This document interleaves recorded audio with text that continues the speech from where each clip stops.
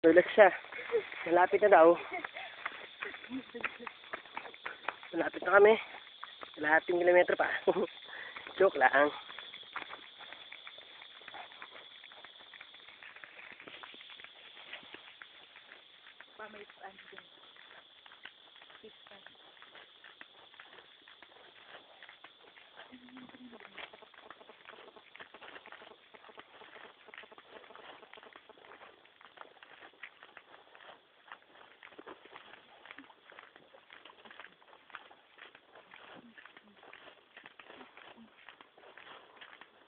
Mainit.